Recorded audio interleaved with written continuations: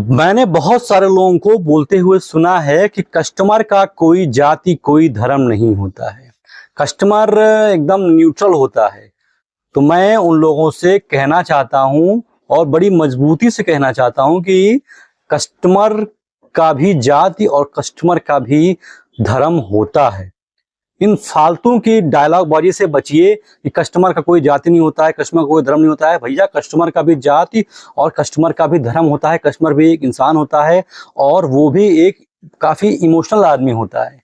Customer भी एक इंसान होते हैं, जाहिर सी बात है, उनकी भी एक अपने तरीके की सोचने की क्षमता होती है। अलग अलग तरीके से हर कस्टमर अलग तरीके से सोचता है। तो अगर आप ये सोचो कि कस्टमर की कोई जाति धर्म नहीं होती है तो ये बिल्कुल गलत है। और कस्टमर की जाति होती है, मैं इसलिए कह रहा हूं क्योंकि इसका आप फायदा उठा सकते हैं। कस्टमर एक्चुअली क्या होता है कि जैसे मान के चलिए कि आपके शॉप पर कोई ब्राह्मण व्यक्ति है जो दवा लेने के लिए आपके पास आता है, तो वो आपसे दवा तो लेता ही है, क्योंकि भारत में काफी इमोशनल कस्टमर्स होते हैं, काफी इमोशनल लोग होते हैं। अपना देश जो भारत है वो काफी भावुक देश माना जाता है। तो कस्टमर आपसे दवा तो लेता ही है, प्लस वो आपके व्यवहार का भी आकलन करता है, आपके वेशभूषा, आपके विचार को भी परखता है, जानता है, समझता है। वो सारी चीजें अगर सटीक मिलती है तो ही कस्टमर दोबारा आपके पास आता है। तो अगर कोई ब्राह्मण व्यक्ति है, ब्राह्मण इंसान है जो आपके पास दवा लेने के लिए आया है, तो आप उससे अच्छा आचरण रखें, उन्हें बहुत ज्यादा सम्मान दें। दवा तो आप दे ही रहे हैं, वो तो देना ही है आपको। साथ ही साथ आप अपना आचरण शुद्ध रखें कि उस व्यक्ति को आपके आचरण से कोई समस्या ना होने पाए। आप ऐसी कोई टिप्पणी ना कर बैठें जो उसके ईगो को या उसके सेंटिमेंटल को हर्ट करे। आपके पास कोई मुस्लिम कस्टमर आता है तो आप भले ही कितना भी गलत जो है विचारधारा रखते हैं उसके प्रति, लेकिन उसके लिए आप कुछ ऐसा ना बोल जाएं जो उस मुस्लिम इंसान को बुरा लग जाए। आप भले ही बहुत बड़े कट्टर हिंदूपंथी हैं, लेकिन उस मुस्लिम व्यक्ति से भी आपको उतनी ही नरमता से और उतनी ही सज्जनता से बात करनी है, उतने ही अच्छे तरीके से पेश आना है जितना कि आप किसी अपने जाति के व्यक्ति से आप पेश आते हैं। कभी भी कस्टमर के सेंटिमेंटल को आपको हिट नहीं करना है, क्योंकि कस्टमर अपने जात के हिसाब से आपको आंकता है और अगर आपका व्यवहार उस अनुरूप नहीं पाता है तो वो दोबारा आपके पास कभी नहीं आएगा। बहुत सारे फौजी भाई आते हैं, बहुत सारे टीचर्स आते हैं। तो जैसे मेरे शॉप जो है, मेरे शॉप के पीछे मैंने बहुत सारे लीजेंड्स के फोटो लगा रखे हैं जिन्होंने भारत को भारत बनाने में अपना विशेष योगदान दिया है। जैसे चंद्रशेखर आजाद जी हैं, जैसे भगत सिंह जी हैं, जैसे रतन टाटा साहब हैं, जैसे महात्मा गांधी हैं, जैसे इंदिरा गांधी जी हैं, जैसे रानी लक्ष्मीबाई हैं, सरदार वल्लभ भाई पटेल जी हैं। मेरे बलरामपुर के बहुत कुछ लोग हैं वहाँ पर, जैसे नेहरू जी हैं। बहुत सारे लोग हैं जिनका मैंने फोटो वहाँ लगा रखा है। और जब उस फोटो को लोग देखते हैं तो उससे काफी प्रभावित होते हैं।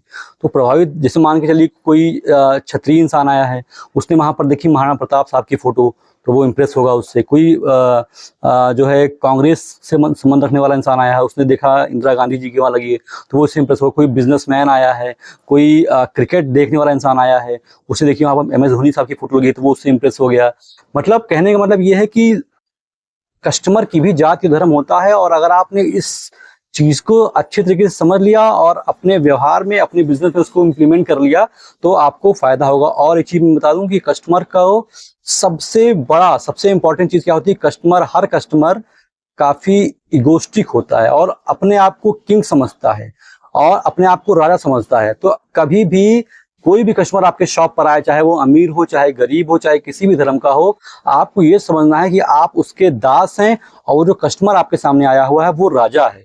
तो राजा को आपको राजा की तरह ट्रीट करना है। आपको उनकी सेवा में जिस तरीके से कोई राजा आपके घर पे आ जाए, कोई विधायक सांसद आपके घर पे आ जाए, जिस तरीके से आप उसकी सेवा करते हैं, सेम उसी इंटेंशन से आपको उस कस्टमर की सेवा करनी है। और अगर वो आपके इस एफर्ट से, इस प्रयास से, इस आचरण से संतुष्ट होगा तो वो आपके पास जरूर दवा लेने के लिए अगली बार आएगा। तो कस्टमर को राजा समझें। और मैं सबसे इंपॉर्टेंट बता दूं कि कभी भी कोई कस्टमर मैंने आपको पहले बताया था कि उस कस्टमर के ईगो को हर्ट ना करें। ईगो कैसे हर्ट होती है, कभी कभी क्या होता है कि कोई दवा कस्टमर लेने पहुंच गया, अब वो कस्टमर उस दवा का MRP का है 315 रुपए, उसमें आपका मार्जिन बहुत ज्यादा नहीं है, 25-26% ही है, और उस कस्टमर ने कहा भैया डिस्काउंट कर दो। आप रिजिड हो गए, नहीं भैया मैं डिस्काउंट तो नहीं कर सकता हूँ। बोलो कर दो, आपने डिस्काउंट नहीं करेंगे भैया चाहे जो हो जाए। तो अगर आप इस तरीके से रिजिड हो गए तो कस्टमर का ईगो हट जाएगा, बोला कि मैंने इतने बार इनसे रिक्वेस्ट की और इन्होंने 1 रुपया डिस्काउंट भी नहीं किया, तो वो अगली बार उसकी मजबूरी होगी तो दवा ले लेगा आपके पास, लेकिन अगली बार वो दवा लेने आपके पास नहीं आएगा। तो उसमें करना क्या है, कभी कस्टमर के ईगो को हर्ट कीजिए। अगर वो 2 बार आपसे रिक्वेस्ट कर रहे हैं तो आपको उनके रिक्वेस्ट का सम्मान करते हुए 5% 10% डिस्काउंट कर देना चाहिए। उसके बताना चाहिए साहब इसमें इतना ही मार्जिन आता है, मैं इससे डिस्काउंट करूँ तो मेरा घाटा हो जाएगा, और अगर आप चाहते हैं कि मेरा घाटा हो जाए तो जैसा आप कहें मैं ऐसा कर सकता हूँ। तो इस तरीके से कस्टमर से बात करें, कभी कस्टमर के ईगो को हर्ट ना करें। कस्टमर अगर कह रहा है तो उसकी बात को सुने समझें, क्योंकि कस्टमर जुड़कर ही आपकी दुकान बड़ी होगी। एक एक कस्टमर जब जुड़ेंगे तब जाकर के आप बड़े व्यापारी बन पाएंगे। तो कभी भी कस्टमर के ईगो को हर्ट नहीं करना है किसी भी सूरत हाल में। हाँ, अगर आपका उस समय नुकसान भी हो जा रहा है एक बार, तो आप हल्का फुल्का नुकसान झेल जाओ, लेकिन उस कस्टमर को कभी मत खोओ। क्योंकि अगर एक नाराज कस्टमर कम से कम आपके पीठ के पीछे 25-30 कस्टमर को तोड़ेगा, तो गांठ मान लो भाई कि किसी कस्टमर को नाराज नहीं करना है, उसकी किसी को ईगो को हर्ट नहीं करना है। और अंत में एक बार फिर से बोल दूं कि कस्टमर का भी जाति होता है, कस्टमर का भी धर्म होता है, और उसके अनुरूप अगर आपने उस कस्टमर के साथ में अपने आप को ढाल लिया तो इसका आपके बिजनेस में फायदा होगा, मैं ये दावे के साथ कह सकता हूँ। फिलहाल तो इस वीडियो में बस इतना ही। आशा करता हूँ कि जो बात मैं आप तक पहुंचाना चाहता था वो बात डायरेक्टली इनडायरेक्टली किसी भी तरीके से आप तक पहुंच गई होगी। और अगर ये वीडियो अच्छी लगी तो उसको लाइक कर दीजिएगा। मिलता हूं किसी और वीडियो में। अभी तक इतने धैर्य से मेरे साथ बने रहने के लिए आप सभी दर्शकों का बहुत बहुत शुक्रिया।